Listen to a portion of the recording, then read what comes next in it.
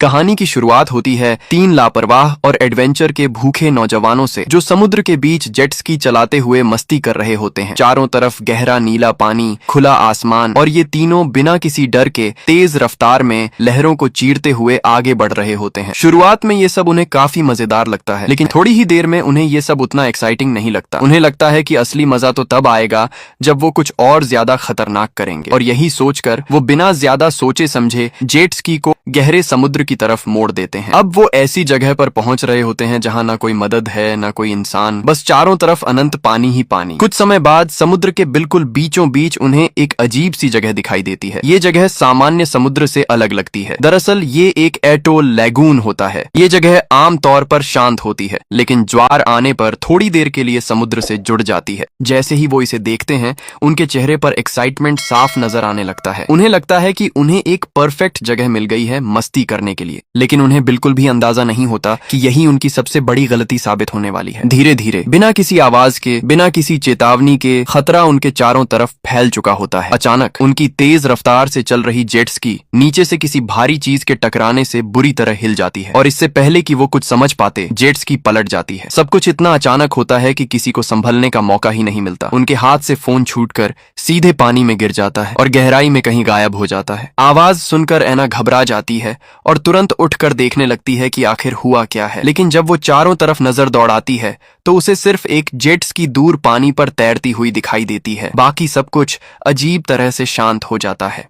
कुछ ही सेकंड बाद पानी में गिरे हुए दोनों लोग ऊपर आते हैं। उनकी सांसें तेज हो चुकी होती हैं और चेहरे पर साफ डर दिखाई दे रहा होता है। जूली, जो सबसे ज्यादा घबरा गई होती है, जल्दी जल्दी फ्लोटिंग पैड पर चढ़ जाती है। वो हड़बड़ाकर पूछती है कि अब भी क्या हुआ, लेकिन किसी के पास इसका जवाब नहीं होता। रेगो, जो शायद सबसे ज्यादा बेफिक्र है, उसे बस अपनी जेट स्की की चिंता होती है। उसे लगता है शायद कोई छोटा मोटा टकराव हुआ होगा। वो बिना ज्यादा सोचे फिर से पानी में उतरता है और जेट स्की की तरफ तैरने लगता है।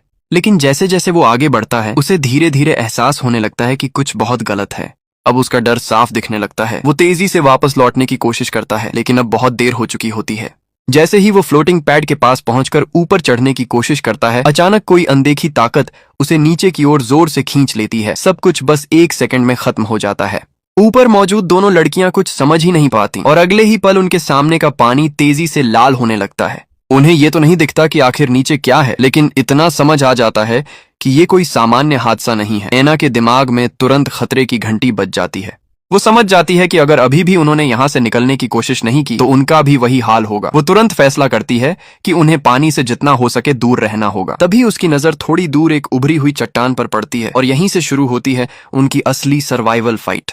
ऐना जैसे ही उस चट्टान को देखती है, उसके अंदर एक छोटी सी उम्मीद जागती है। वो तुरंत जूली को इशारा करती है कि अगर उन्हें जिंदा रहना है तो किसी भी हालत में उस चट्टान तक पहुंचना होगा। दोनों बहुत सावधानी से फ्लोटिंग पैड को उस दिशा में बढ़ाने लगती हैं। अब उनकी हर हरकत बहुत सोच समझकर हो रही होती है, क्योंकि उन्हें डर है कि जरा सी हलचल भी उस अनजान खतरे को फिर से उनकी तरफ खींच सकती है। दोनों धीरे धीरे पानी पर आगे बढ़ रही होती हैं, सांसें रोके हुए, दिल जोर जोर से धड़क रहा होता है। चारों तरफ सन्नाटा है, लेकिन उसी सन्नाटे में एक अजीब सा डर छुपा हुआ है। तभी अचानक दोनों एकदम से रुक जाती हैं। उनके नीचे से कुछ बहुत बड़ा, बहुत ही खामोशी से गुजर रहा होता है। जैसे ही वो नीचे झांकती हैं, उनका खून जम जाता है।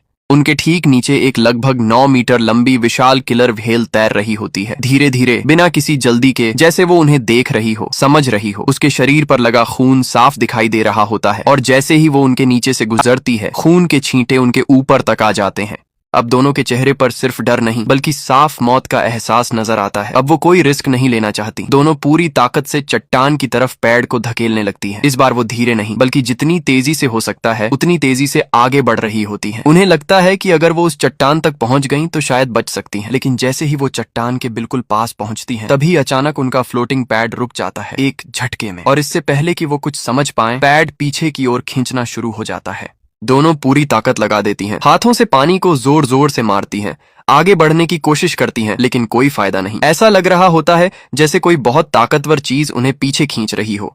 धीरे धीरे वो वापस उसी जगह पहुंच जाती हैं जहां से उन्होंने शुरू किया था। कुछ सेकंड बाद खींचने वाली ताकत अचानक गायब हो जाती है और पैड फिर से शांत हो जाता है। अब एना समझने की कोशिश करती है कि आखिर ये हुआ कैसे। तभी उसकी नजर पैड के पीछे जाती है जहां एक रस्सी बंधी होती है। उसे समझ आते देर नहीं लगती कि वही व्हेल उस रस्सी को पकड़कर उन्हें वापस खींच रही थी। यानी ये कोई अचानक हमला नहीं था, बल्कि वो जानबूझकर उनके साथ खेल रही थी।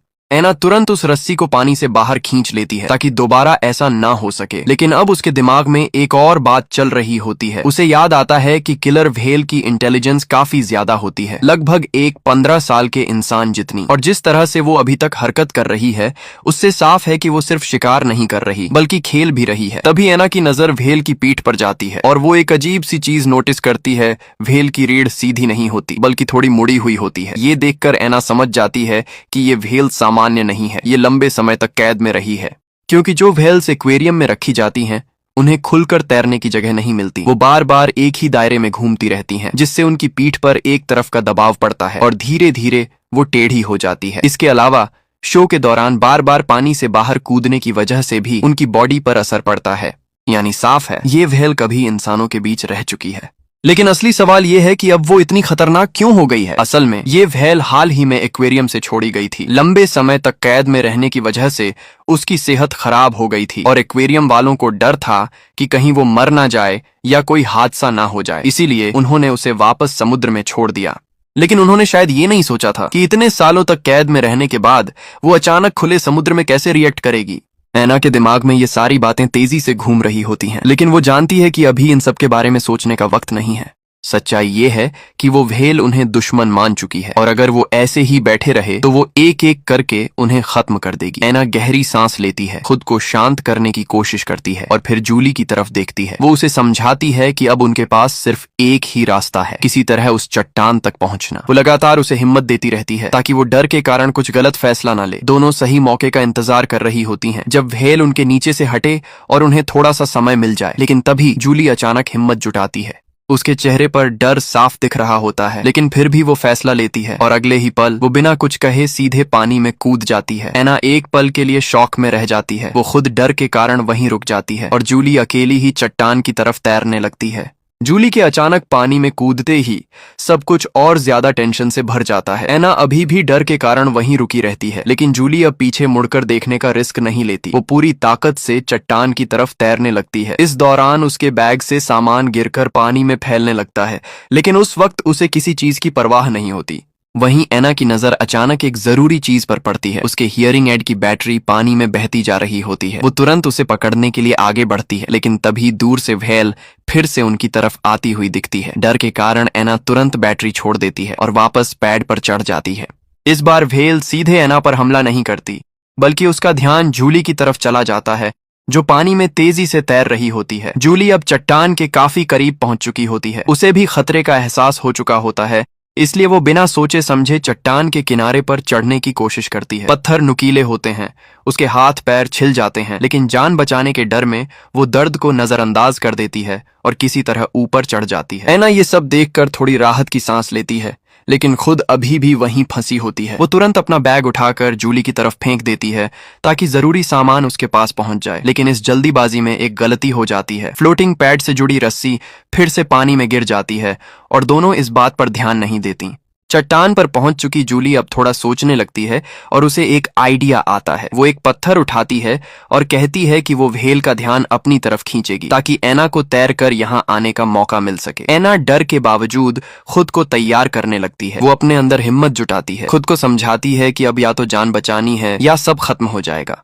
लेकिन जैसे ही वो कूदने के लिए खुद को तैयार करती है, तभी उसके पीछे से अजीब सी आवाज आती है, जैसे कुछ घिसट रहा हो। उसे अचानक कुछ याद आता है और वो घबरा कर पीछे मुड़ती है। वो देखती है कि पानी में पड़ी रस्सी एकदम सीधी खींच गई है, जैसे किसी ने उसे पकड़ लिया हो। अगले ही पल फ्लोटिंग पैड तेजी से हवा छोड़ने लगता है और धीरे धीरे बैठने लगता है। अब एना के पास कोई विकल्प नहीं बचता, या तो वो वहीं रहे और डूब जाए या फिर पानी में कूदकर अपनी किस्मत आजमाए। आखिरकार वो हिम्मत जुटाती है और पानी में कूद जाती है। जैसे ही वो पानी में उतरती है, वो पूरी ताकत से तैरना शुरू कर देती है। उसके अंदर डर तो बहुत होता है, लेकिन अब उसके पास रुकने का कोई ऑप्शन नहीं है। हर सेकंड उसे लगता है कि नीचे से वो व्हेल उसे पकड़ लेगी, लेकिन फिर भी वो रुकती नहीं। काफी कोशिशों के बाद आखिरकार वो चट्टान तक पहुंच ही जाती है। जैसे ही वो ऊपर चढ़ती है, दोनों कुछ देर के लिए वहीं बैठ जाती हैं, थकी हुई, डरी हुई, लेकिन जिंदा। अब थोड़ी राहत मिलने पर वो अपनी हालत चेक करती हैं। जूली की जांघ बुरी तरह कट चुकी होती है, शायद चट्टान पर चढ़ते वक्त लगी थी। एना तुरंत अपनी जैकेट उतारती है और पत्थर की मदद से उसे फाड़कर पट्टी बना देती है। वो आधा कपड़ा जूली के घाव पर बांधती है और बाकी से अपने पैर का जख्म कवर करती है, क्योंकि कूदते वक्त उसका पैर भी किसी तेज चीज से कट गया होता है। दोनों किसी तरह अपने घावों को संभालती हैं और फिर थोड़ी देर बाद बैठकर सोचने लगती हैं। अब धीरे धीरे उन्हें पूरी सिचुएशन समझ आने लगती है।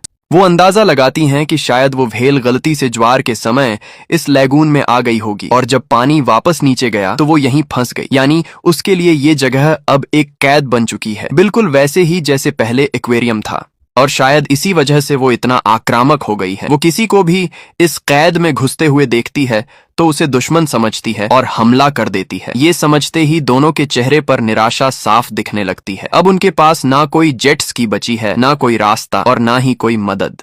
उन्हें सिर्फ एक ही उम्मीद बचती है कि कोई यहाँ से गुजरे और उन्हें देख ले। एना तुरंत बैग खोलकर सामान चेक करती है, लेकिन उसमें सिर्फ एक च्यूइंग गम और एक छोटा सा डिब्बा ही बचा होता है। बाकी सब पानी में खो चुका होता है। अब मजबूरी में दोनों वही च्यूइंग गम शेयर करती हैं। शायद यही उनका आज का खाना होता है। इसी बीच जूली को एक प्लास्टिक बैग मिलता है। उसे एक आइडिया आता है। वो उसमें हवा भरकर उसे बंद कर देती है। उसका प्लान होता है कि धूप की गर्मी से अंदर की नमी पानी की बूंदों में बदल जाएगी, जिससे उन्हें थोड़ा पानी मिल सके। हालांकि ये बहुत कम होगा, लेकिन इस हालत में वही उनकी जान बचा सकता है। एना उसे देखकर कहती है, तू तो जीनियस है, लेकिन जूली बताती है कि इसके लिए उन्हें कम से कम 8-10 घंटे इंतजार करना पड़ेगा। अब दोनों के पास करने के लिए कुछ नहीं होता। वो चट्टान पर सिकुड़कर बैठ जाती है, अपनी ताकत बचाने की कोशिश करते हुए, और बस इंतजार करती हैं। धीरे धीरे वक्त बीतता है और देखते ही देखते शाम हो जाती है। तभी अचानक उन्हें दूर से किसी जहाज की आवाज सुनाई देती है। दोनों एकदम से खड़ी हो जाती हैं और पूरी ताकत से मदद के लिए चिल्लाने लगती हैं, लेकिन जहाज बहुत दूर होता है। उनकी आवाज वहां तक नहीं पहुंचती और वो बस बेबस होकर उसे दूर जाते हुए देखती रह जाती हैं। जहाज के दूर जाते ही दोनों के अंदर की आखिरी उम्मीद भी जैसे धीरे धीरे खत्म होने लगती है। कुछ देर पहले तक जो उम्मीद जगी थी वो अब फिर से टूट चुकी होती है। एना और जूली दोनों चुपचाप बैठ जाती हैं, थकी हुई, निराश और अंदर से पूरी तरह टूट चुकी। लेकिन तभी एना की नजर अचानक पानी में किसी चीज पर पड़ती है। वो ध्यान से देखती है और उसे समझ आता है कि वो एक इंसानी हाथ है जो लहरों के साथ बहता हुआ उनकी तरफ आ रहा है। ये नजारा इतना डरावना होता है कि दोनों कुछ सेकंड के लिए सन्न रह जाती हैं, लेकिन फिर उन्हें उस हाथ में बंधी हुई एक टॉर्च दिखाई देती है। अब चाहे डर कितना भी हो, ये टॉर्च उनके लिए बहुत काम की चीज हो सकती थी। दोनों हिम्मत जुटाती हैं, एक दूसरे का सहारा लेकर धीरे धीरे चट्टान के किनारे तक जाती हैं। उल्टी जैसा महसूस हो रहा होता है, लेकिन फिर भी वो किसी तरह उस हाथ से टॉर्च निकाल लेती हैं। अब कम से कम उनके पास एक ऐसी चीज है जिससे रात में अगर कोई पास से गुजरे तो वो सिग्नल दे सकती हैं। रात धीरे धीरे बीतती है, लेकिन कोई भी उनकी तरफ नहीं आता। थकान, डर और भूख तीनों मिलकर उन्हें तोड़ने लगते हैं। आखिरकार जब वो लगभग हार मानने ही वाली होती हैं, तब उन्हें याद आता है प्लास्टिक बैग। वो देखती हैं कि उसके अंदर थोड़ी थोड़ी पानी की बूंदें जमा हो गई हैं। दोनों बड़ी सावधानी से उन बूंदों को पीती हैं। उनके सूखे गले को थोड़ी राहत मिलती है, लेकिन ये पानी इतना कम होता है कि उनकी प्यास और कमजोरी को बस थोड़ा सा ही कम कर पाता है। इसी बीच एना को एक और बात याद आती है। कल उसने कुछ सीप देखी थी जो शायद खाने लायक हो सकती हैं। ये सोचकर वो एक बड़ा रिस्क लेने का फैसला करती है। वो धीरे धीरे पानी में उतरती है, हर सेकंड डरते हुए कि कहीं वो व्हेल फिर से ना आ जाए। जल्दी जल्दी वो कुछ सीप उठाती है और वापस चट्टान पर चढ़ जाती है। इस दौरान उसका माथा एक पत्थर से टकरा जाता है और हल्की चोट लग जाती है, लेकिन फिर भी वो किसी तरह खाना ले आती है। अब समस्या ये होती है कि उन सीप को खोला कैसे जाए। उनके पास कोई टूल नहीं होता। एना कुछ देर सोचती है और फिर मजबूरी में वो छोटा सा डिब्बा निकालती है। जैसे ही जूली उसे देखती है, वो तुरंत उसे रोकने की कोशिश करती है, क्योंकि वो कोई आम डिब्बा नहीं होता। वो एना के एक्स बॉयफ्रेंड की अस्थियों का डिब्बा होता है। यहीं से एना की जिंदगी की एक दर्दनाक सच्चाई सामने आती है। असल में एना पहले एक बहुत टैलेंटेड सेलो प्लेयर थी, लेकिन एक रात जब वो पार्ट टाइम काम कर रही थी, तब उसके साथ एक लूटपाट हुई। उसी घटना में उसके कान खराब हो गए और वो ठीक से सुन नहीं पाती। और सबसे बड़ी बात, उसका बॉयफ्रेंड जो उसे बचाने की कोशिश कर रहा था, उसी दौरान गोली लगने से मर गया। इस ट्रिप का एक मकसद ये भी था कि वो उसकी अस्थियों को समुद्र में बहा सके ताकि उसे आजादी मिल सके। लेकिन इस वक्त हालात ऐसे हैं कि भावनाओं से ज्यादा जरूरी जिंदा रहना है। आखिरकार दोनों मिलकर उसी डिब्बे के ढक्कन से सीप को तोड़ती हैं और अंदर का कच्चा मांस खा लेती हैं। स्वाद बेहद खराब होता है, बदबूदार, लेकिन वो उनकी जान बचाने के लिए जरूरी होता है। अब जब डिब्बा वैसे भी इस्तेमाल हो चुका होता है तो एना फैसला करती है कि वो यहीं पर अपने बॉयफ्रेंड की अस्थियों को बहा देगी।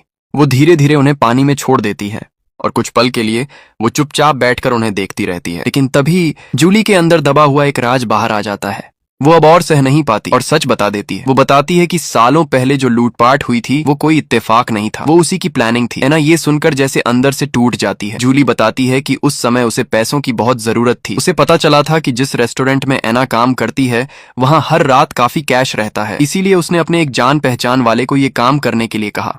लेकिन उस दिन एना ने शिफ्ट बदल ली थी और वो खुद वहां मौजूद थी और उसी वजह से वो हादसा हुआ जिसमें एना की जिंदगी बर्बाद हो गई और उसके बॉयफ्रेंड की जान चली गई। ये सच सुनकर एना पूरी तरह टूट जाती है। अब उसे ना जूली की कोई बात सुननी है, ना उसकी कोई सफाई। वो उससे दूर हो जाती है, यहाँ तक कि अपना हियरिंग एड भी निकाल देती है, जैसे वो उससे हर तरह का रिश्ता खत्म करना चाहती हो। लेकिन सच्चाई ये है कि वो कहीं जा भी नहीं सकती। वो दोनों अभी भी उसी चट्टान पर फंसी हुई हैं और हालत दिन ब दिन खराब होती जा रही है। जूली समझ जाती है कि अब अगर उसने कुछ बड़ा कदम नहीं उठाया तो दोनों यहाँ मर जाएंगी। इसलिए वो एक खतरनाक फैसला लेती है। वो तय करती है कि वो खुद को खतरे में डालकर एना के लिए एक मौका बनाएगी। उसका प्लान होता है कि वो उस बीच किनारे की तरफ तैरेगी जहां से वो पहले इस लैगून में आई थी और उसी दौरान एना को मौका मिलेगा कि वो भी पानी में कूदकर किसी दूसरी चट्टान तक पहुंच सके। ये एक तरह से उसकी जान की कीमत पर एना को बचाने की कोशिश होती है। धीरे धीरे बिना कुछ बोले जूली पानी में उतर जाती है। चारों तरफ सन्नाटा होता है, लेकिन उसे पता है कि वो व्हेल कहीं ना कहीं उसे देख रही है। जूली जैसे ही पानी में उतरती है, ऊपर से सब कुछ शांत दिखाई देता है, लेकिन अंदर ही अंदर एक खौफनाक खेल शुरू हो चुका होता है। पानी की सतह पर अजीब सी शांति होती है, जैसे तूफान आने से पहले का सन्नाटा। जूली जानती है कि वो व्हेल कहीं ना कहीं आसपास ही है, बस सही मौके का इंतजार कर रही है। दूसरी तरफ एना, जिसने अपना हियरिंग एड निकाल दिया होता है, पूरी तरह इस खतरे से अनजान होती है। उसे ये भी पता नहीं चलता कि जूली कब चुपचाप चट्टान छोड़कर दूर तैरने लगी। जब एना पीछे मुड़कर देखती है और जूली को वहां नहीं पाती तो वो घबरा जाती है और जोर जोर से उसे वापस आने के लिए चिल्लाने लगती है। लेकिन अब बहुत देर हो चुकी होती है। जूली अपना फैसला ले चुकी होती है। अचानक पानी के अंदर से एक डरावनी सी आवाज गूंजती है, एक ऐसी आवाज जो सीधे दिल में डर बैठा देती है। जूली समझ जाती है कि व्हेल ने उसे देख लिया है। अब वो अपनी पूरी ताकत लगा देती है और तेजी से तैरने लगती है। हर स्ट्रोक के साथ उसकी जान बचने की उम्मीद जुड़ी होती है। कुछ ही पलों में वो विशाल व्हेल फिर से सामने आ जाती है और इस बार वो सीधे जूली के पीछे पड़ जाती है। एना ये सब देख लेती है और उसी पल उसे समझ आ जाता है कि ये सब जूली जानबूझकर कर रही है ताकि उसे एक मौका मिल सके। अब एना के पास सोचने का समय नहीं होता। वो बिना एक सेकंड गंवाए पानी में कूद जाती है और दूसरी दिशा में पूरी ताकत से तैरने लगती है। लेकिन तभी कुछ अजीब होता है। व्हेल जो जूली का पीछा कर रही थी अचानक रुक जाती है। जैसे ही उसे एना की हरकत महसूस होती है, वो तुरंत अपना रुख बदल देती है और एना की तरफ तेजी से बढ़ने लगती है। अब एना सीधे खतरे में आ चुकी होती है। वो घबराकर पास की एक दूसरी चट्टान की तरफ तैरती है और किसी तरह उस पर चढ़ जाती है। उसका दिल इतनी तेजी से धड़क रहा होता है कि जैसे अभी बाहर आ जाएगा। उधर जूली, जो अब भी जान की बाजी लगाकर तैर रही होती है, आखिरकार किसी तरह किनारे के पास पहुंच जाती है और जैसे ही वो जमीन को छूती है, उसे एक पल के लिए लगता है कि शायद वो बच गई और तभी किस्मत उसका साथ देती हुई नजर आती है। ऊपर आसमान में एक हेलीकॉप्टर उड़ता हुआ दिखाई देता है। दोनों के अंदर अचानक उम्मीद की एक किरण जाग उठती है। जूली पूरी ताकत से चिल्लाने लगती है, हाथ हिलाती है और यहाँ तक कि रेत पर बड़े बड़े अक्षरों में SOS लिख देती है ताकि ऊपर से साफ दिखाई दे। एना भी दूर से पूरी ताकत लगाकर इशारे करती है, लेकिन वो हेलीकॉप्टर बिना कुछ नोटिस किए धीरे धीरे दूर चला जाता है। ये पल दोनों के लिए पूरी तरह तोड़ देने वाला होता है। जूली का धैर्य अब खत्म हो जाता है। वो गुस्से और दर्द में आसमान की तरफ देखकर चिल्लाने लगती है, किस्मत को कोसती है, खुद पर गुस्सा करती है।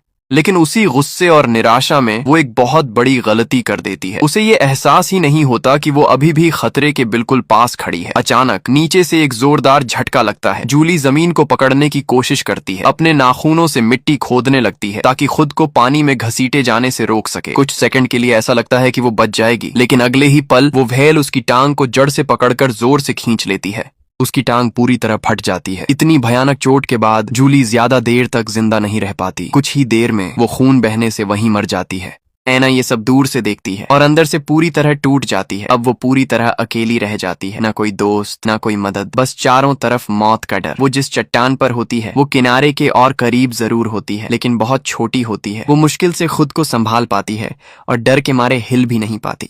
और तभी जैसे हालात पहले से खराब थे वैसे ही आसमान भी अपना रंग बदलना शुरू कर देता है। काले बादल छा जाते हैं, बिजली कड़कने लगती है, तूफान आने वाला होता है। लेकिन ऐना के लिए ये और भी खतरनाक है क्योंकि उसका हियरिंग एड अब पूरी तरह बंद हो चुका होता है। वो कुछ भी सुन नहीं सकती। ये अचानक आई खामोशी उसके डर को और बढ़ा देती है। अब उसे ये भी पता नहीं चल सकता कि खतरा कब और कहां से आएगा। डर के मारे वो टॉर्च जलाती है ताकि उसे थोड़ा सा सहारा मिल सके, लेकिन किस्मत यहाँ भी उसका साथ नहीं देती। कुछ ही देर में टॉर्च भी बंद हो जाती है। अब उसे सच में ऐसा लगने लगता है कि जैसे पूरी दुनिया ने उसे अकेला छोड़ दिया हो। लेकिन तभी तेज बारिश शुरू हो जाती है। ऐना जल्दी जल्दी पानी इकट्ठा करके पीने लगती है। बहुत समय बाद उसे असली राहत मिलती है। लेकिन तभी जैसे ही वो मुड़ती है उसकी नजर पानी पर पड़ती है। वो व्हेल फिर से वहां होती है और इस बार वो बहुत पास होती है। ऐना ध्यान से देखती है और उसे व्हेल की आंख के पास एक लंबा सा निशान दिखाई देता है। उसे अचानक एहसास होता है ये व्हेल भी शायद दर्द से गुजरी है, कैद में रही है और अब भी एक तरह से फंसी हुई है। एक पल के लिए ऐना को उसके लिए थोड़ा सा एहसास होता है, लेकिन वो जानती है या तो वो बचेगी या ये व्हेल, दोनों नहीं। वो दूर झूली की लाश को देखती है और उसी पल उसके अंदर कुछ बदल जाता है। अब वो डरने वाली नहीं है, अब वो लड़ने वाली है। उसी वक्त आसमान में बिजली चमकती है, जोरदार गरज होती है और ऐना समझ जाती है यही मौका है। वो बिना सोचे समझे चट्टान से पानी में कूद जाती है और पूरी ताकत से किनारे की तरफ तैरने लगती है। हैरानी की बात ये होती है कि इस बार व्हेल उसे रोकती नहीं। असल में तूफान की वजह से पानी में इतना शोर होता है कि व्हेल का इकोलोकेशन सिस्टम गड़बड़ा जाता है और वो सही से शिकार नहीं कर पाती। इसी मौके का फायदा उठाकर ऐना किसी तरह किनारे तक पहुंच जाती है, थकी हुई, टूटी हुई लेकिन जिंदा। वो सबसे पहले जूली के लिए रेत में एक छोटी सी कब्र बनाती है और फिर खुद को संभालने की कोशिश करती है। तभी उसे याद आता है जूली का फोन वाटरप्रूफ था और शायद जेट स्की के स्टोरेज में रखा था। अब वो आखिरी बार रिस्क लेती है। वो फिर से पानी में जाती है और इस बार किस्मत उसका साथ देती है। वो बैग निकाल लेती है। उसमें फोन के साथ एक चीज और होती है, एक सेलो का छोटा सा पार्ट जिसे जूली उसे गिफ्ट देने वाली थी ताकि वो अपनी पुरानी जिंदगी फिर से शुरू कर सके। लेकिन इस वक्त फोन ज्यादा जरूरी होता है। वो बाकी चीजें छोड़ देती है और फोन से मदद बुलाने की कोशिश करती है, लेकिन तभी फिर से पानी में हलचल होती है। तूफान खत्म हो चुका होता है और इसका मतलब व्हेल अब फिर से पूरी तरह सक्रिय है। ऐना समझ जाती है कि अब बचने का सिर्फ एक ही रास्ता है, सीधा मुकाबला। वो पानी के अंदर जाती है, नीचे पड़े उसी म्यूजिक पार्ट को उठाती है और जैसे ही व्हेल उस पर हमला करने आती है वो पूरी ताकत से उस पर वार कर देती है। व्हेल की एक आंख खराब हो जाती है और उसी वक्त ज्वार आने लगता है। अब वो लैगून फिर से समुद्र से जुड़ जाता है। अब बदला लेने के बजाय वहां से निकल जाती है और ऐना आखिरकार बच जाती है। वो लाइफ जैकेट पकड़कर पानी पर तैरती रहती है और मदद का इंतजार करती है। यहीं पर कहानी खत्म होती है। ये कहानी सिर्फ सर्वाइवल की नहीं है बल्कि इंसान और प्रकृति के बीच के रिश्ते की भी है, जहां दोनों ही अपने अपने दर्द और हालात से लड़ रहे होते हैं। वीडियो अच्छी लगी हो तो वीडियो को लाइक एंड चैनल को सब्सक्राइब जरूर करें। मिलते हैं नेक्स्ट वीडियो में, तब तक के लिए बाय।